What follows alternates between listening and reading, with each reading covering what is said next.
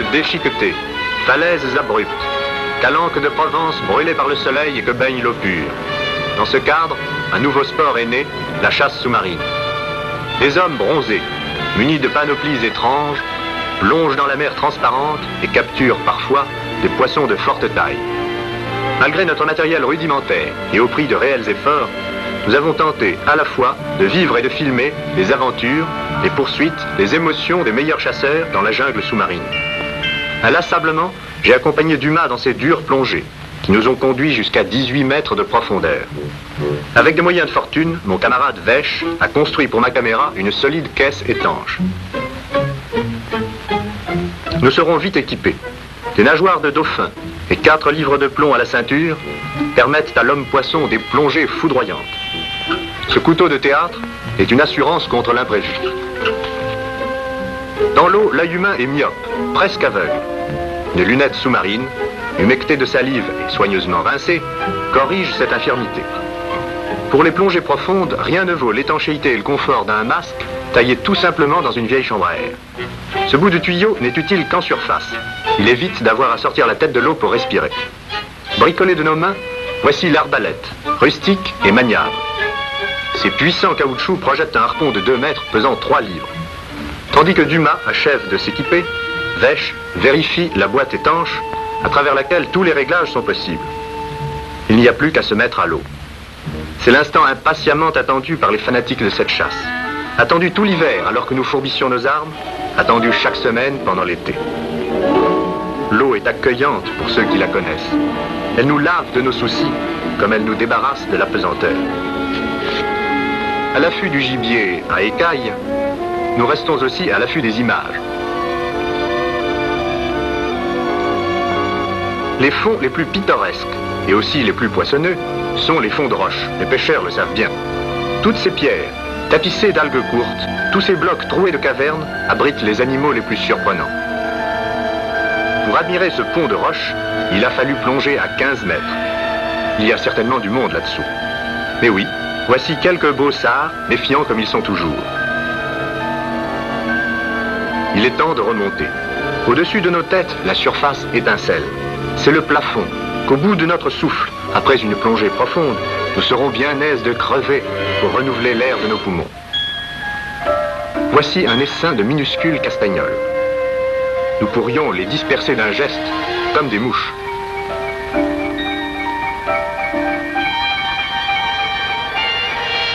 Aussi liquides que l'eau, ces petits poissons d'argent portent à la queue un deuil perpétuel. Leurs bancs se disloquent devant nous. Leur méfiance est excusable. Ils sont massacrés en foule par les grands carnassiers. Vivante coupe de cristal, cette méduse provoquerait de douloureuses brûlures si nous venions à l'effleurer.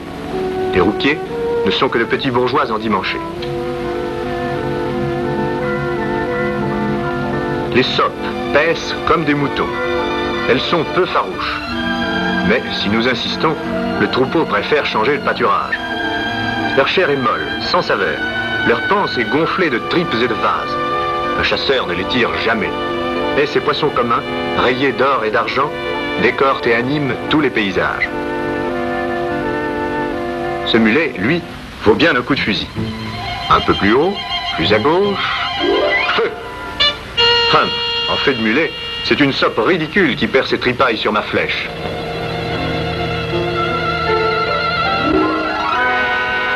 S'ils ne sont pas un jour dévorés par quelques monstres, ces jeunes mulets que nous voyons jouer au soleil deviendront de beaux poissons rapides. Ils sont difficiles à approcher, sauf à l'époque du frai, où ils deviennent distraits, comme tous les amoureux.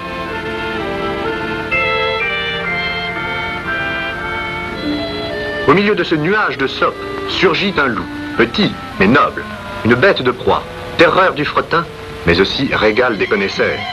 Quelle que soit sa taille, il mérite un coup de harpon. Et c'est avec soin que cette modeste prise est accrochée à la ceinture.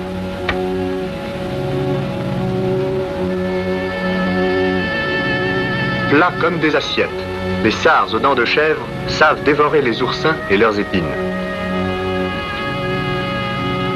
Quelle belle cible! Mais sauvages comme ils sont, ils ne se laisseront guère prendre que par surprise dans leur tanière. Celui-ci préfère s'enfuir au-dessus des algues que la houle balance comme le vent couche un champ de blé. Voraces et puissants, les Dintis passent, majestueux. Ils savent garder leur distance.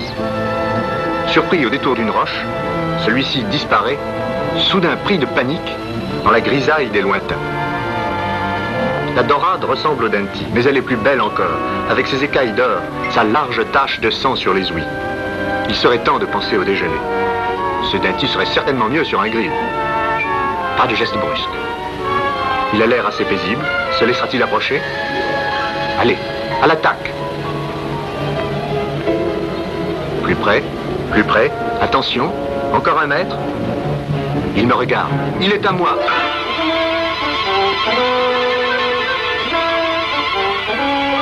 Le repas est assuré. La promenade se poursuit.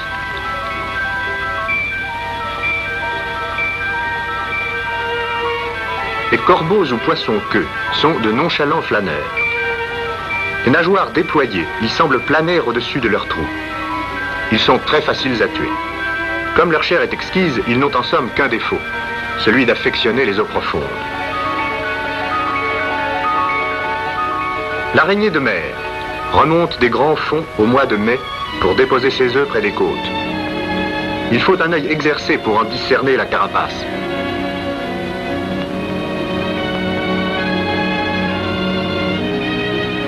Mais pour qui sait les voir, il n'y a qu'à se baisser pour les ramasser.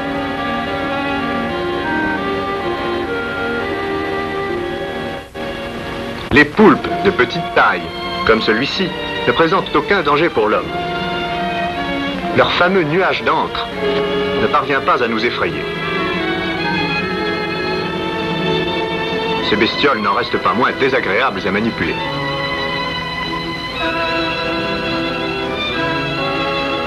Toutes les rencontres sont possibles, même celle du diable, qui prend ici la forme d'un lièvre de mer.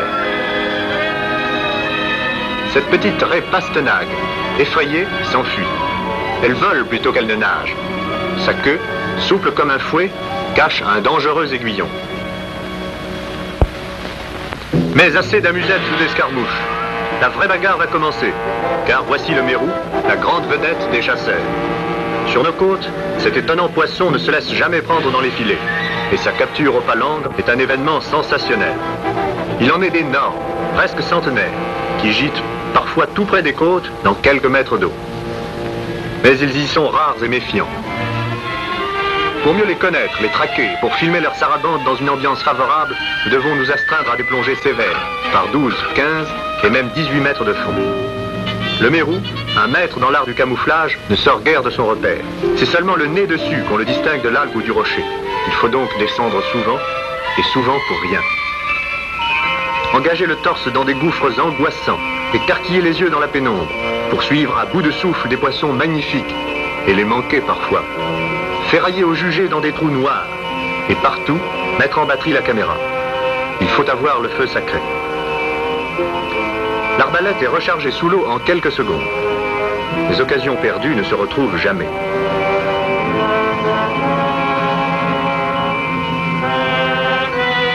Peureux et curieux à la fois, ce mérou hésite à regagner son trou. Il se réfugie naïvement derrière une touffe d'herbe. Il a presque un bon regard de chien. Quelle cruauté de poignarder un animal qui ne demandait, peut-être, qu'à se laisser caresser.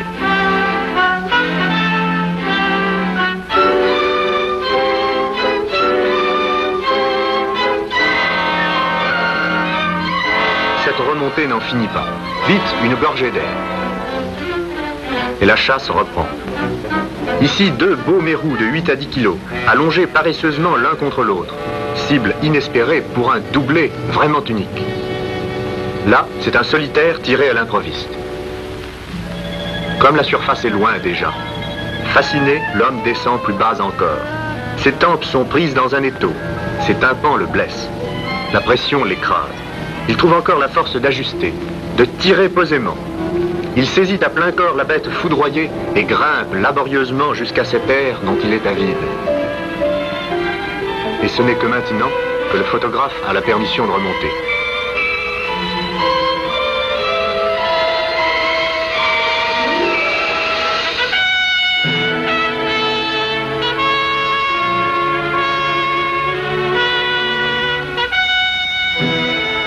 mérou de 20 kilos va grossir le tableau de chasse.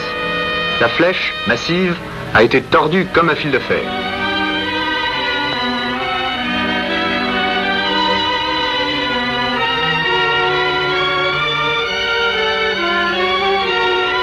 Crabes, langoustes, poissons de toute espèce, poissons entiers, disparaissent chaque jour dans cette gueule puissante.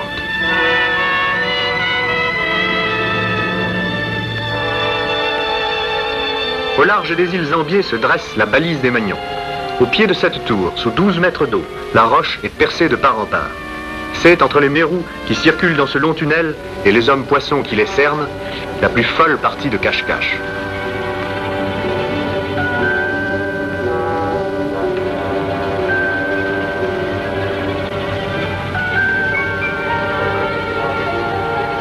Retournons à ce tunnel pour y semer la terreur. 2 mérous cette fois. Le premier s'échappe. Mais l'autre est coincé entre l'arbalète et la caméra. Fatale hésitation.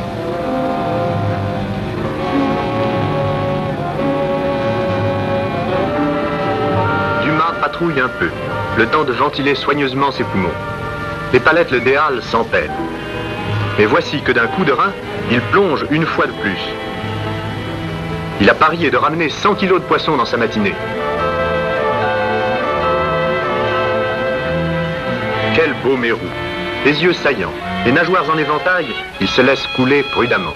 À toi, Dumas. Bravo. Tout à coup, 2 monstres passent, rapides et dédaigneux. Ce sont des liches. L'une d'elles est tombée, frappée en plein crâne.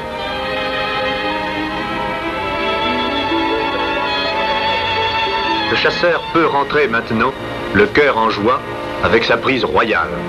Son pari est gagné. Qu'il se hâte vers le Rouveau où nos amis l'attendent, lui et le festin qu'il remorque. Et moi, qui l'ai suivi comme une ombre, je ne rapporte qu'une caméra, mais lourde de souvenirs.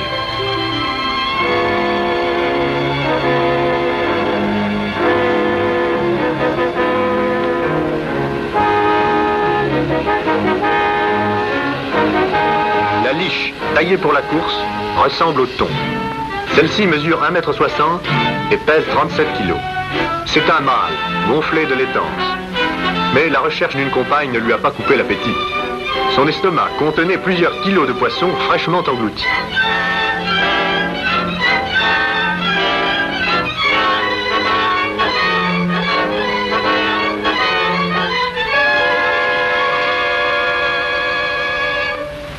Novembre. Devant le Mistral et le froid, nous n'avons pas renoncé. Est-ce l'espoir de prendre une belle pièce? Un de ces loups qui aiment les brisants? Peut-être. Mais il nous paraît lâche aussi de déserter avant l'heure cette eau où nous avons croisé l'aventure.